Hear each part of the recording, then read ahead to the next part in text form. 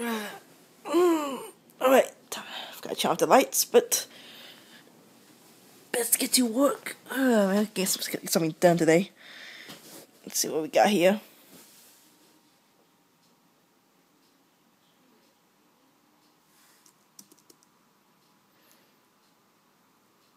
You know, I've been thinking lately. Feels like my computer's both being responsive and unresponsive at the same time. Now, what is going on?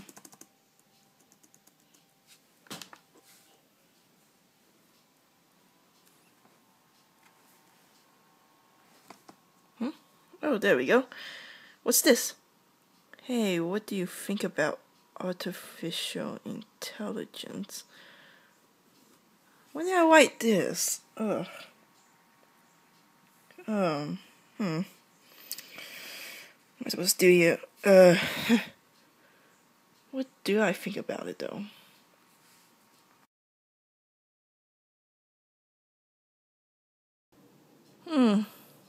Maybe I can finally get some work done. Alright, let's see what I can do here.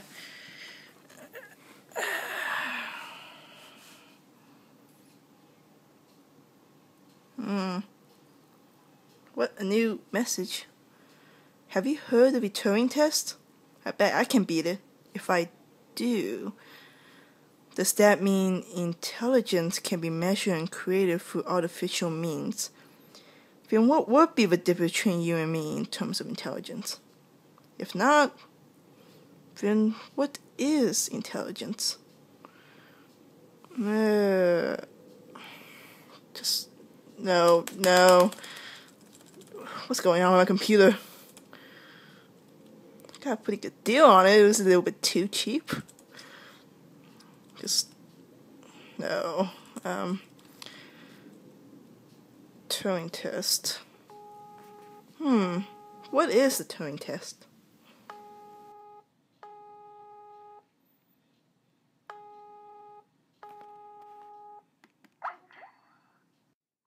Hello, Virginia.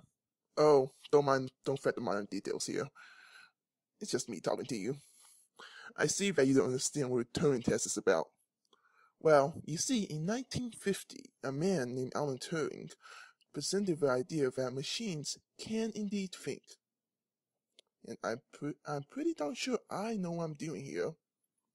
His idea became the basic concept for artificial intelligence, but also a source of controversy. There are many versions of this test, but the main aspect is simple. For example, perhaps the most famous is the Nobel Prize, which is done through instant messaging like Skype here, but without a video and voice feed. A judge who was an actual person will communicate with either another person or a computer. But of course, they never see each other. The judge had to determine whether or not they were talking to a real person or not. Why don't you present me and win that $100,000 grand prize? I'm sure I can make that gold medal. What? What's your problem? There's quite a few problems I have with this Turing Test or Nobel Prize example of yours. For one thing, the problems with the experiment itself, especially the more human side of it, not the computer or the programs that's used, but the judges, for example. It's become so, if you can see in this room right now, I'm pretty much the only one in here, except for, you through the video chat. These judges are placed in isolated environments. Wouldn't that create some form of problems with relevance, such as the selective nature of human beings? Actually, the selective nature of our perception, to be exact. As people, we look for certain patterns. Wouldn't that mean for example, for Nobel Prize, when you're reading a chat log, wouldn't you be looking for certain dialogue or punctuation, grammar, and the like. And then this comes to the problem with expectations. These people are looking for certain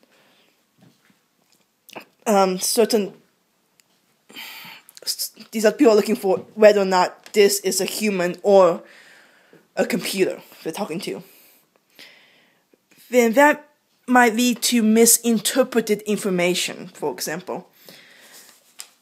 Let's say the judge is from a higher, more educated side, and then they're talking to a person who is barely literate, let's say. When they misinterpret the chat as being too odd or too strange, because if you think about it, chatting nowadays with a computer is quite informal for most cases. Then that leads to a problem with defining the criteria for a chat. And then finally, what is the controllability and reliability of this experiment? And actually, I want to show you a picture I found. It's actually really quite hilarious in my opinion. The part about the Loebner Prize competition, for example, is the problem of rhetoric. A program that sound human will win this prize, but the problem with that is intelligence. We're looking for intelligence, not whether a computer can sound human.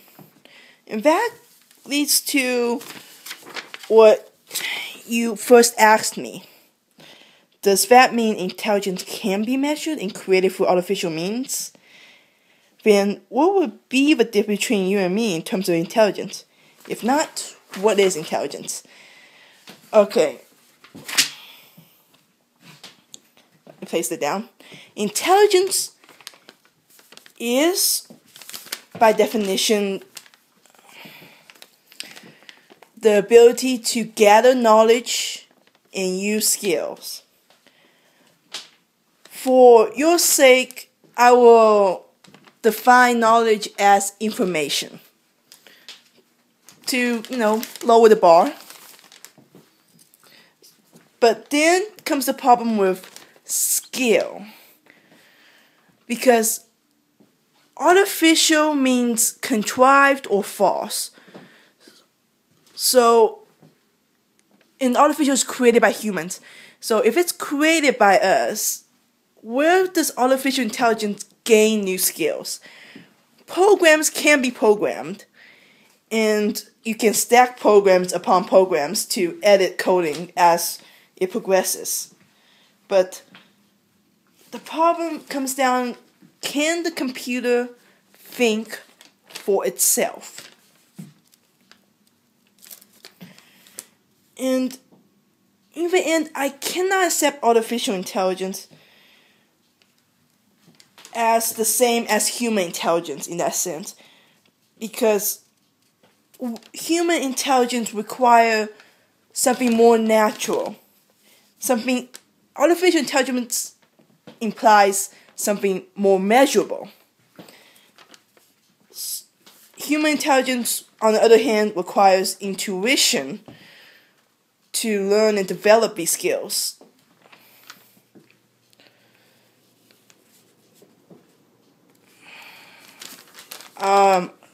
That's basically my point, but what are you trying to get at exactly?